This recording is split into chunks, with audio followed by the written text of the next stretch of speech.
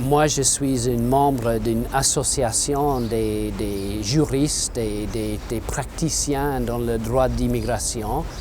Et c'est une association qui a commencé en 85. Et maintenant, nous avons à peu près 500 membres. Ce sont des avocats, des avoués, des gens qui travaillent, qui donnent des conseils à des immigrants. Et il y a beaucoup d'organisations de cette espèce. Mais malheureusement, nous n'avons pas assez de pouvoir parce que nous ne pouvons pas empêcher les changements restrictifs de la loi d'immigration de l'année dernière. Et nous avons demandé au gouvernement d'entrer en consultation avec nous s'il veut changer quelque chose. Maintenant, il veut consulter sur, par exemple, les questions de faciliter l'entrée des hommes d'affaires, les investissements, etc., mais pas sur les questions d'expulsion des ouvriers. On a à un côté beaucoup d'associations des immigrés et ceux qui donnent des conseils. À l'autre côté, plus de restrictions gouvernementales sur la libre circulation des gens. Je suis opposé à une carte d'identité. J'ai jamais eu une carte d'identité de ma vie et en principe, je l'oppose. C'est pas nécessaire comme citoyen d'avoir une carte d'identité, un passeport dans ma poche. Et si ça c'est quelque chose qui a été adopté pour toute l'Europe, pour moi ça pose une question de ma liberté. C'est une enquête instituée par la municipalité de Manchester après la meurtre d'un jeune garçon âgé de 13 ans de provenance asiatique par un garçon de 13 ans blanc. Et la meurtre était dans l'école. Et ça a suivi certains incidents entre des étudiants asiatiques et des étudiants blancs. Et cette meurtre, naturellement, a causé une grande commotion dans les communautés de Manchester, surtout la communauté des Bangladeshis et Pakistanais. Et la municipalité a constitué cette enquête avec moi et j'ai 3 assesseurs.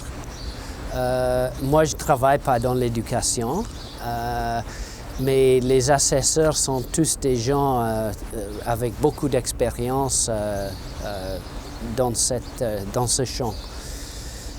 Donc, nous avons enquêté sur les faits du meurtre et surtout pour savoir si c'est une meurtre qu'on peut dire une meurtre raciste ou racialiste. Et deuxièmement, pour enquêter sur les incidents ou l'incidence de violences racistes dans les écoles de Manchester.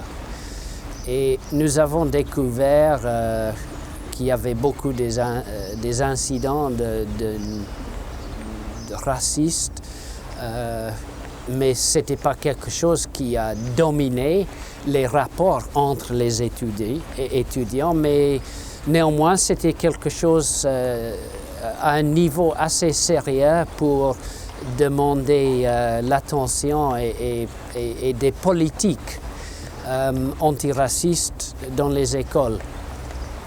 Il y avait dans la municipalité de Manchester, comme dans des autres villes d'Angleterre, il y avait une politique antiraciste, mais la difficulté là-dessus, c'est que c'est possible que ça reste toujours un petit morceau de papier sans effet ou sans grands effets, ou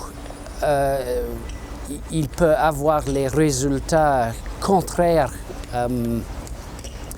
Et ce que nous avons recommandé à la fin de cette enquête, c'est que pour avoir une politique antiraciste qui est effective à éradiquer la violence et la violence raciste, parce qu'il y a la violence entre les étudiants et la violence de nature raciste, il faut avoir plus de démocratisation dans les écoles.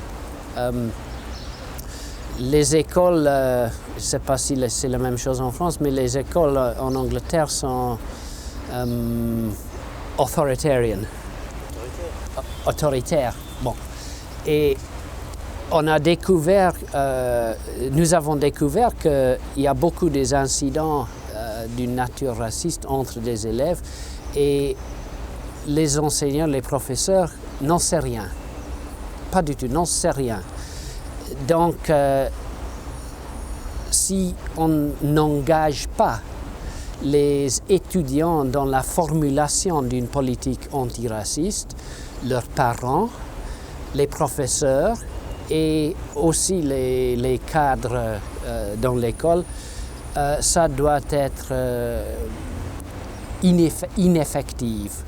Et donc, notre recommandation, nous avons dit qu'il faut d'abord avoir une conseil permanent des étudiants dans l'école, des conseils des parents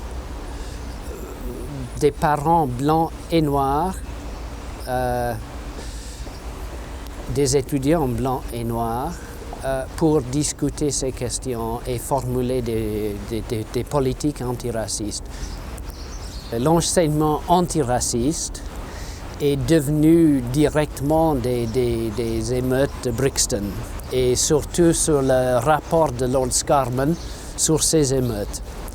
Et lui, il a conclu qu'il n'y a pas un racisme structurel. Il n'y a qu'un racisme individuel. Donc, toutes ces politiques antiracistes qui ont suivi sont basées sur cette hypothèse qu'il y a un racisme individuel, donc il faut avoir des politiques pour éliminer les préjugés des individus. Et que si on dit qu'il n'y a pas un racisme structurel, on ne peut rien faire. Ce n'est pas nécessaire de changer les structures, etc. Et selon nous, ça c'est ridicule. Et cette espèce une politique basée sur ces hypothèses, que nous disons sont des hypothèses fausses, peut avoir l'effet contraire à ce qu'on espère. Il y avait un mouvement des jeunes, par exemple à Manchester, pendant notre enquête, après la meurtre. Il y a un mouvement des jeunes qui ont vu la meurtre comme une métaphore pour leur vie. Et ils ont commencé à organiser parce qu'ils ont perdu toute confiance pour leur protection de la police. de leurs parents et les organisations communautaires traditionnelles. Donc, quand ils ont essayé d'organiser indépendants, les organisations traditionnelles des parents ont essayé de détruire leur organisation. Donc, il y a certainement un mouvement des jeunes pour la protection de leurs intérêts qui n'est pas le même que le mouvement par exemple, dominé par les hommes d'affaires, par la classe moyenne asiatique ou par les leaders religieux. Mais ce n'est pas très visible. Je suis toujours optimiste. Il y a beaucoup de choses positives qui se passent. Et il y a certainement une grande lutte qui se passe. Et je crois que la génération des jeunes, aujourd'hui, il y a une certaine indépendance et même avec le chômage, même avec tout ce qui se passe, il y a un certain optimisme que je détecte là-dedans. J'espère.